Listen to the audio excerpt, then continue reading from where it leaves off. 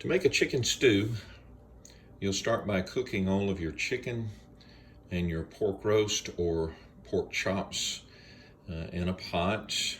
I use about 2 thighs, or you can substitute legs if you wish, for each chicken breast, just on average. You don't have to have quite that many thighs if you don't want to. Depends on how much you want to make. And a small pork roast or some pork chops. Bring it to a boil, and when it starts to boil, you'll see the blood coming up to the top. You'll take a spoon and scoop all of that off so that you wind up with just the broth that's left. You don't really want to eat all of that.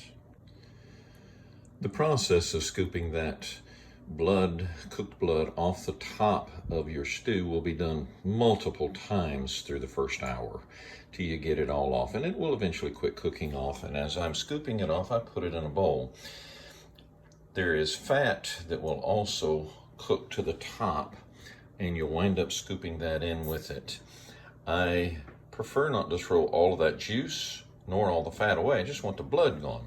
So I then take a strainer and I will pour this back through the strainer back into the pot so that what I'm throwing away is the blood. And as you can see, it winds up being able to be strained out so you can throw just that part away. You stir the meat again after skimming all of that off, and it will again start to rise back to the top. You'll do that multiple times, and finally it'll all be cleared off. All total, your meat will wind up cooking in the neighborhood of 2 hours for it to be done, and that is from the time you get it all in the pot and actually start cooking it. Okay, we've got just about all of that scooping out of getting the blood done. That white foam that you see is not blood. So we've got all of that pretty well strained out, as you can see here in the strainer. So we'll let it finish cooking. The second hour here of the meat cooking is pretty much not needing to be attended. That first 20-30 minutes is critical. Your meat will stick to the bottom and burn. So you got to stir it once in a while, and it's also a good time to get the blood scooped out. But the last hour of your meat cooking, you can leave it alone. Okay, the meat's been cooking now for another hour, so we're getting close to that 2-hour mark. We need to see if the meat is done. We'll take a big piece of chicken breast here and try to cut him in half. Yep, he cut in half quite easily. Got a lot of steam on the camera there, but you could feel and see that it was basically done. If it were borderline, I'd probably cook a little longer. That's just me. Don't have to. The meat is still going to be cooking a lot more as we put the stew together after we shred the meat. So it's going to cook. There's no question it'll be cooked. You can see the water line has dropped in the pot. I should have turned the heat down. I accidentally left it on high. I normally will not do that. I'll normally turn the heat down so it's a slow boil like you see right now, instead of boiling away that inch or more of the water from the pot. I have plenty of water in this one because of the amount of meat that I have. Did not have to have quite as much water, but I always like to make sure I have plenty because that is your stew. Yes, you got all of the products in it, but that juice is critical to your stew, and you don't want to run low on that. So I always make sure I've got plenty of that. The amount of meat and everything that you're going to use to make your stew needs to be dependent on the size of the pots that you have to work with. This is a relatively large pot, so it holds a lot. If you don't have that big a pot, you might not be able to put as much meat into it. You'll figure that out as you start to work with it. So I'm now going to take the meat out, drain this juice off, all of this broth off into a secondary pot, and then I will wash this so that this will become my cooking pot towards the end. If I want to use it, I'll have to see how much once I've shredded the meat and see how much that I have.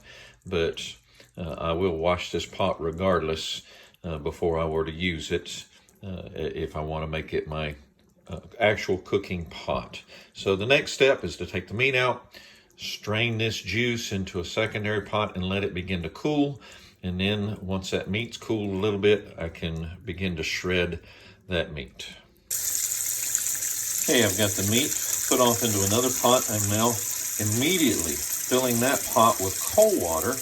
It'll help the meat to cool off to some extent, but the main reason, even if I wasn't going to shred the meat now, if I was going to shred it, if I cook the meat on Friday night and I'm going to shred it on Saturday, something like that, I want this meat under water at all times. Just have taken it out of the broth. Now I want it underwater here. I don't want any meat exposed to the air because it dries out the surface and gives you hard spots in the meat. Okay, so the meat's cooling now. It's been cooling close to a half an hour. The broth was strained down into a secondary pot, and I strain it because I don't want anything in there but broth. No meat whatsoever, just all broth. And there's the original cook pot all cleaned up and ready to go. Now it is time to chop up an onion, a white onion, very small, finely chopped up. It'll cook for about an hour, and while it's cooking, we'll get started shredding the meat. Okay, now I'm ready to begin to shred the meat. I've got a plate to shred it on, a small paring knife if needed, something to put the scraps, bones, skin, things like that into. My meat still underwater, and my cook pot with some broth down in it so that when I put some shredded meat in to the pot, it's not dry air that's hitting it. It goes underwater at all times. The only time the meat will not be underwater is when it's on this plate being shredded, and then it immediately goes back underwater to keep it moist. When shredding the meat, I try to get rid of anything that I don't want to eat. The skin, pieces of fat, any dark spots, certainly the bone, any blood vessels, all of that is picked out. I don't want to eat that. Didn't mention it earlier, but when I prepare the pork roast, I go ahead and cut it in small pieces while it's still raw before I cook it. It cooks faster that way, and secondly, it shreds much easier, and then I can just easily cut the fat off the outside edges and get rid of that.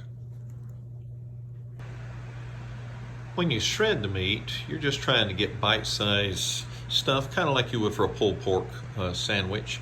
Nothing too fine, obviously, but you don't want great big chunks for people to have to chew up all throughout your stew.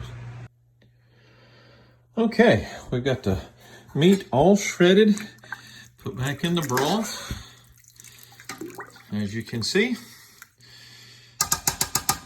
Also got the onion finished cooking. There's a little water left in it, but it boiled for about an hour. It's finally cooked. You don't have to pour the water in your stew, but it doesn't hurt a thing. Just adds to it because it was cooked. So we're going to put that in. I'll finish scraping that out and get it all in there. We'll bring that to a boil, and then we'll begin on the potatoes here shortly. We'll take about 5 to 10 pounds of potatoes, depending entirely on how much meat you've used to do your stew. In this one, I'll be closer to that 8 to 10 pounds. I'll cut them all up, size like you see right there, boil them, and bring them just to a boil to bring the starch to the top. We'll rinse that starch off and then put them in the stew. They'll be about half cooked, and they'll finish cooking in the stew. Okay, the stew is just, the meat is back to a boil, a low boil. And the potatoes are just almost ready to start boiling. The starch is floated to the top. A little more of that will come on out. I'll let the potatoes boil for 3 minutes, maybe 4, something like that. Not very long, because I don't want them actually thoroughly cooked. I want them just a little bit still raw in the middle, because they're going to wind up cooking in the stew. And if you cook them soft here, they'll wind up mush in the stew. And so you just want to barely bring this to a boil for 3 minutes or so, just to bring the starch all out. I'll then put the potatoes in this to strain them through there and let all that water be strained out. So just the potatoes, and then I'll run water across that to rinse the starch off of the potatoes. right before I pour them into the big stew pot. That stew pot holds about 22 quarts if I remember right, so it's a pretty good sized pot. In this particular case, I went ahead and went with about 8 pounds of potatoes is what I wound up peeling. As you see the clock in the background, it is 2:24 right now. I started this process about 9 o'clock, so as you see, it is not a short process. Okay, I poured the potatoes down in here now, so we've got potatoes and the meat. I also poured the rest of the broth that I had boiled it with earlier down in there, so I've got that all in. Didn't necessarily have to put all of it in apparently, because I've got it just a little thinner than I would have liked, and that's what I should have waited on to see how much I wanted, because I wanted it just, and it's pretty thick. It's not that it's too much. You can see that it is very, very thick, but I've still got to add my milk. We use the PET evaporated milk. In this amount of stew, I'll go with those 10 cans that I've got sitting there, and we'll put those in, and once I've got that in, we'll bring it to a boil one more time, and the last thing I'll put in is a stick of butter. Okay, I've now got the milk poured in and the stick of butter put in. I put some salt and pepper in earlier. You can do that to taste, depending on what you and your family like.